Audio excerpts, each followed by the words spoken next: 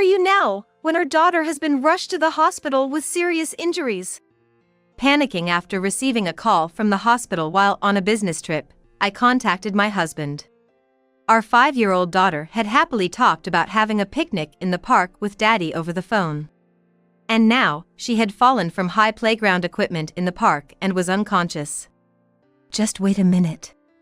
I'm in the middle of a business meeting at the office."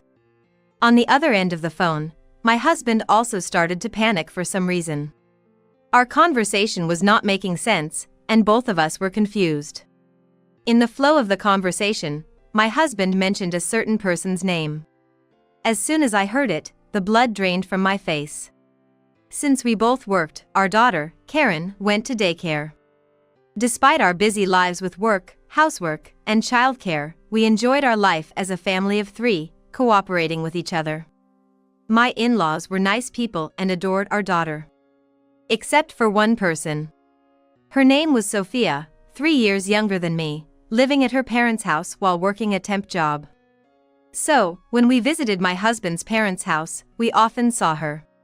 "Shall we head back? We'll come to visit again. Hey, Karen, say bye to Sophia." "Bye, Sophia."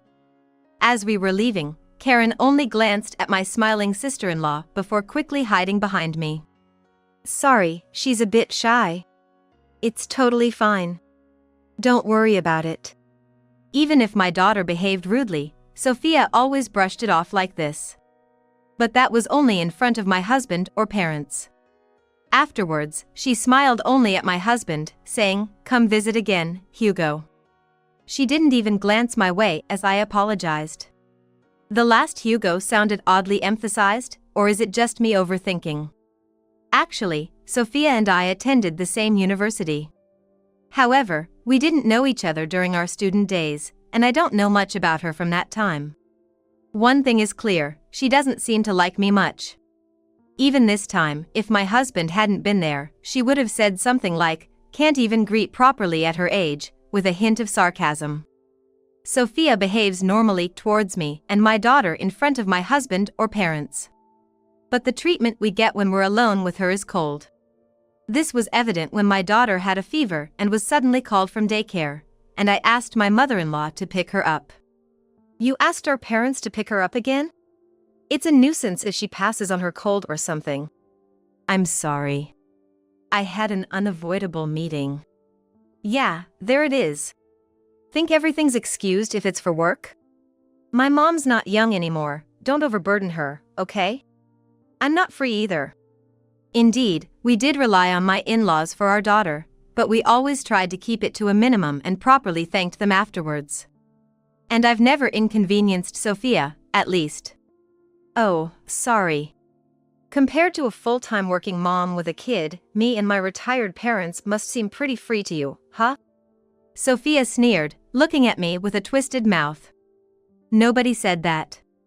Because she always behaved this way only in front of me and my daughter, Karen became wary of Sophia. I suppose she didn't find that amusing. It's natural to have people you don't get along with, and for me and my daughter, that was Sophia. I've tried to keep my distance from Sophia as much as possible, continuing the family relationship without causing trouble. I didn't want to complain to my husband or in-laws about Sophia and risk her bearing a grudge. Considering that, the daily sarcasm seemed trivial. That was until I had to go on a business trip out of state for 5 days due to work. During this period, my husband was supposed to take care of our daughter. My in-laws were away on a trip, so it was tough for my husband, but he was eager, saying he'd go through it. True to his word, he managed the hectic weekdays, and tomorrow was the last day of my trip. I was on the phone with Karen, who had just returned from daycare. "What are you gonna do tomorrow?" "Guess what? Daddy and I are gonna have a picnic at the big park." Over the phone, I could hear my daughter excitedly talking about what she was going to do tomorrow. "We'll eat lunch and I want to do the obstacle course too." "That sounds fun, honey. Mama will be back tomorrow night. Just make sure you do the obstacle course with Daddy, it can be dangerous." After hearing my daughter's energetic reply, I ended the call. Karen looked so happy. Hugo must have been doing a great job. I decided to make my husband's favorite dishes when I got back. I thought about playing a lot with my daughter, considering she might have felt lonely.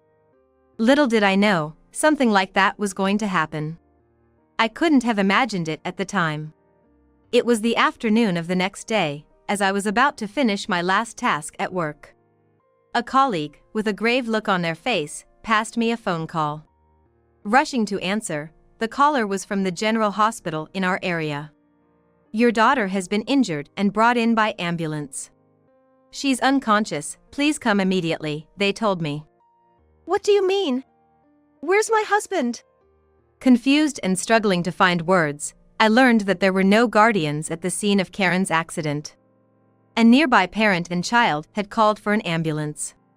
My contact information was in my daughter's belongings, so the hospital had called me. Where could Hugo have gone? I tried to contact my husband immediately. However, no matter how many times I called, he didn't answer. After explaining the situation to my boss, they told me, "Don't worry about work, go to your daughter right away." Grateful for their understanding, I hurriedly left work for the hospital. On the way back, I kept calling my husband and finally got through. What's happening? Why are you so frantic? There's no time for that. Karen is injured and in the hospital. Where are you and what are you doing? His voice was too calm through the phone, which made me raise my voice without realizing. How could this happen while you were supposed to be with her? Just wait a minute. I'm in the middle of a business meeting at the office. What? His unexpected reply only added to my confusion. It was a holiday today, and he was supposed to be spending it with our daughter. You're working? What are you talking about? You said you were going to the park with Karen today. But didn't Sophia contact you? Hearing that name made me freeze on the spot. Why would Sophia be involved? Barely managing to utter those words, my husband began to realize the gravity of the situation. Regaining a bit of composure, I explained our daughter's condition and heard the full story from him. A little after our call ended yesterday. While preparing dinner, he received a call from his boss. Apparently, a big deal came through, and you're the only one who can handle it, he was told and couldn't refuse. Desperate, he tried contacting his parents, but of course, they couldn't return from their trip immediately. That's when Sophia called, seemingly perfect timing. I heard from Mom and Dad. You got caught up with work all of a sudden? I'm free tomorrow, so I can take care of Karen. Seemingly concerned for my troubled husband, my in-laws must have informed Sophia. A picnic at the park? Then, I'll have to make lunch too, she said, willingly taking on the responsibility of caring for our daughter. I'll contact Natalia, so don't worry, she said, leading him to believe I was informed. Under those circumstances, to my husband, it must have felt like a relief. But hearing the whole story, I felt a chill run down my spine. Karen, did she resist? I couldn't help but ask. Being alone with Sophia, who was only kind in front of her father. I'm sure my 5-year-old daughter had her suspicions. She was crying, wanting to go with Daddy. But, since Sophia was kind enough to come over, I told her not to be selfish. I never imagined something like this would happen. The conversation with my husband ended awkwardly, and I hung up. Upon arriving at the hospital, I was immediately directed to the ICU. Karen had fallen from high playground equipment and hit her head, still unconscious. When the doctor said there's no danger to her life, but she might have lasting effects, I nearly collapsed from despair. If only I had contacted Hugo one more time this morning. If only I hadn't taken on that business trip. Despite knowing there was nothing I could do about it now, those thoughts kept swirling around in my head. How much time had passed? While I was standing there dazed, my husband arrived at the hospital, and it seemed he had also contacted Sophia. Is Karen okay? Is she safe? Hey, is she all right? Sophia, who appeared before us, was sobbing and worried about our daughter. I just took my eyes off her for a moment to go to the bathroom. I told her I'd be right back. Before we could say anything, she started making excuses. But that's just an excuse, isn't it? It's my fault for not watching her properly. I'm really sorry. After saying what she wanted to, Sophia just cried, leaving no room for us to blame her. Why didn't you come to the hospital sooner? I got a call from Hugo, and you're only getting here now. I struggled to keep my voice steady, trembling with anger. I've been looking for Karen the whole time. The park was too big, and I couldn't find her. Considering she had been searching the vast park, it was odd that her clothes weren't dirty, and even stranger that she didn't notice the commotion when the ambulance arrived. Honestly, my only thought was, how could she? But pointing that out now would only lead to her dodging the issue. Hugo said he told you to contact me, didn't he? I haven't heard anything? Well, I thought, since you were busy with work, I didn't want to bother you. Watching Sophia choke up her words and act as if she was afraid of me, my anger only grew. Hey, calm down, Natalia. She's already feeling sorry, and it wasn't on purpose. Don't be too hard on Sophia. My husband began to defend his sister, seemingly feeling pity for her. What? It's like I'm the bad guy here. I took a deep breath and simply said, okay. Thinking she had been forgiven, Sophia repeated I'm sorry, covered her face with her hands, and started to sob again. But I didn't miss it. The moment she brought her hands to her face, Sophia glanced at me and quietly smirked. After Sophia left, I confronted my husband. Do you really believe what Sophia said? Do you truly think she was watching Karen properly? What do you mean? I mean, it doesn't make sense. And I saw it, for a moment she... Calm down. Natalia, you're probably just tired. I know you want to blame someone, but Sophia didn't mean any harm. He was interrupted by the doctor coming out of the treatment room. Hearing your daughter has regained consciousness brought tears of relief to my eyes. Karen could speak, but her memory of the events leading up to and following the injury was hazy. Karen, do you understand? It's Mom. Mom. Where am I? My head hurts. This was supposed to be a fun day. Seeing my daughter lying in bed made me feel sorry for her all over again. You went to play with Sophia, but then you got hurt and came here. It's all okay now. Sophia. Is Sophia here? No, she's not here. Karen, what did you do today with her? I forgot. After that, she stopped talking, pulled the blanket over her head, and started to shiver. It was a gesture Karen always made when she was afraid of something. Is she afraid of Sophia? Did she do something to her? Because of her memory issues, my daughter was scheduled to stay in the hospital for a few days for tests. On the way home, I tried telling my husband, Karen seems to be afraid of Sophia, but he dismissed it the same way as before, saying I was overthinking it. If only there was some evidence, it might convince him to keep Karen away from Sophia.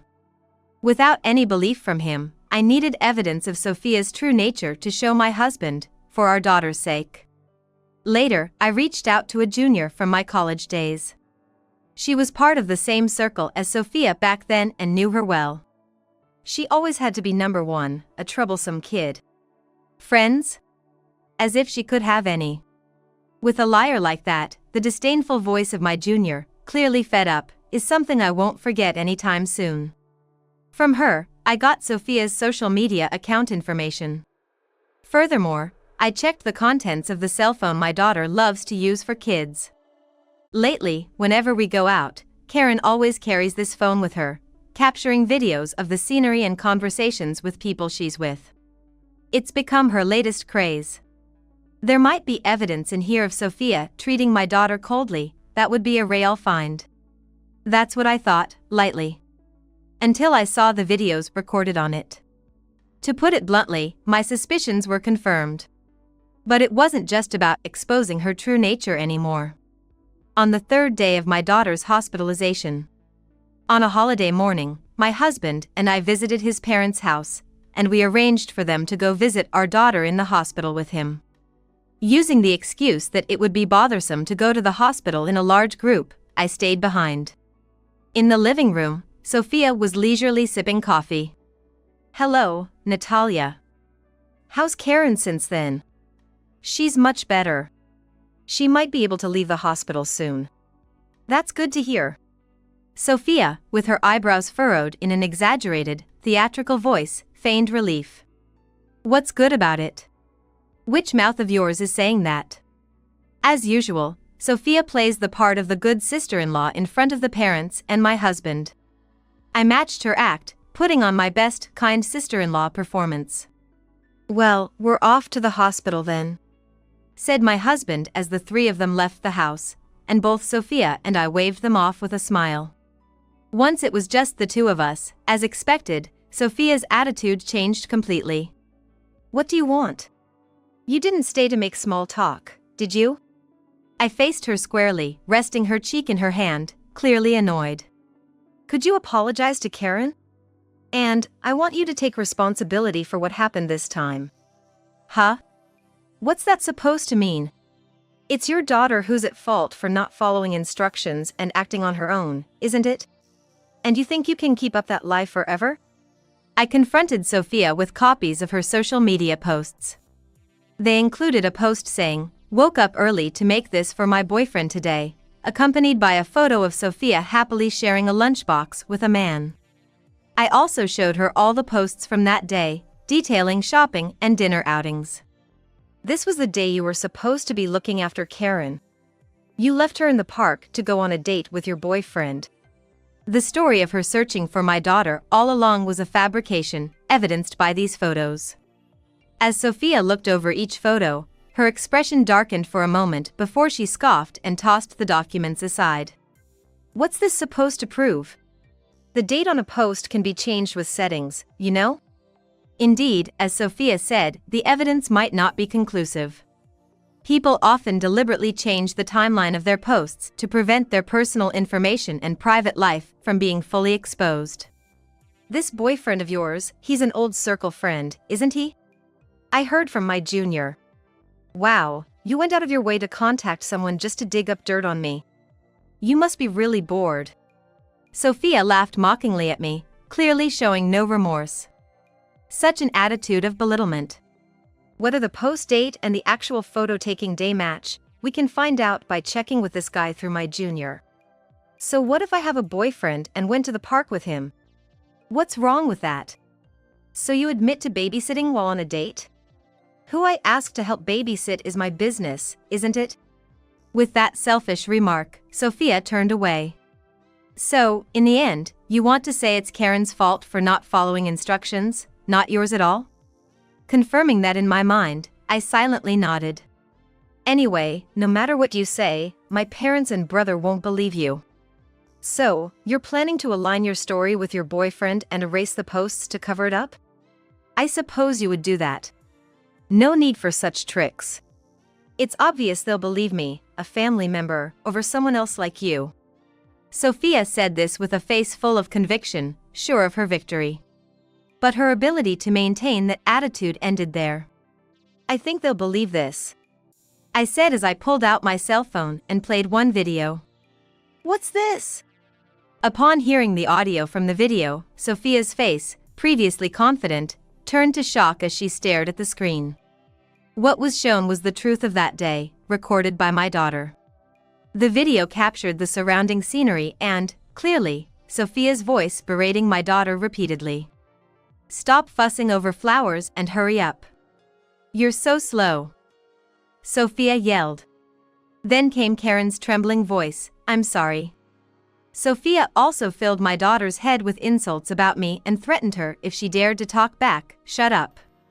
If you talk back again, I'll leave you behind." The footage that followed only showed Karen's feet walking slowly, likely too scared to even look up at Sophia. After a while, the video showed Sophia rushing off to a man, laying out a leisure sheet, and starting to eat without paying any mind to my daughter. When Karen tried to eat some side dishes, Sophia snapped, "Don't touch it, it's dirty. It wasn't made for you," pushing Karen's hand away. Then, as if she had an idea, Sophia smiled at Karen, "Hey, do you want to go back to your mom and dad?" Upon Karen's nod, Sophia suggested, "Let's play a game then. If you can get to the top of that playground equipment alone, I'll take you home." Pointing to the park's largest playground structure. The video ended as Karen headed towards it. When my husband and I reviewed this footage yesterday, I couldn't count how many times I cried. After watching all the videos, Sophia was trembling, but soon she slammed the table forcefully and stood up. What is this? Are you threatening me with a child's video? You're insane. You're trying to pin this on me and Hugo, making it seem like you knew Karen would get hurt. It's just your daughter who was stupid enough to fall for it. In a fit of rage, Sophia snatched the cell phone from me and, unbelievably, smashed it against the wall. The screen shattered, and the internals were exposed, clearly beyond repair. With a face red with anger and breathing heavily, Sophia smirked. Now you have no evidence. Serves you right. Her expression was the epitome of evil. But to me, her attitude felt almost comforting. Yes, keep yelling. Show your true, vile nature even more. I was afraid my heart would be filled with darkness if I let my guard down. So, before that happened, I decided to stop her. She admit to leaving Karen in danger knowingly, Hugo. I said, pulling out a second cell phone from my pocket. Pressing the speaker button, the enraged voices of my in-laws and husband were heard. Wait. Hugo, Dad, Mom. Why? I've had the phone on this whole time. They've been listening to everything. And you'll be paying for the phone you broke. It's mine, after all. But what Sophia didn't know was that the video she saw was a copy. The original was safely with my husband.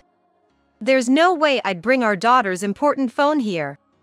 I suspected you might do something, but I didn't think you'd smash it. It was just a joke. I didn't think Karen would take it seriously. I never imagined she'd actually climb up there. Sophia, now pale-faced, started making excuses, her voice a mix of apologies and attempts at manipulation. Karen fell, and I was so scared.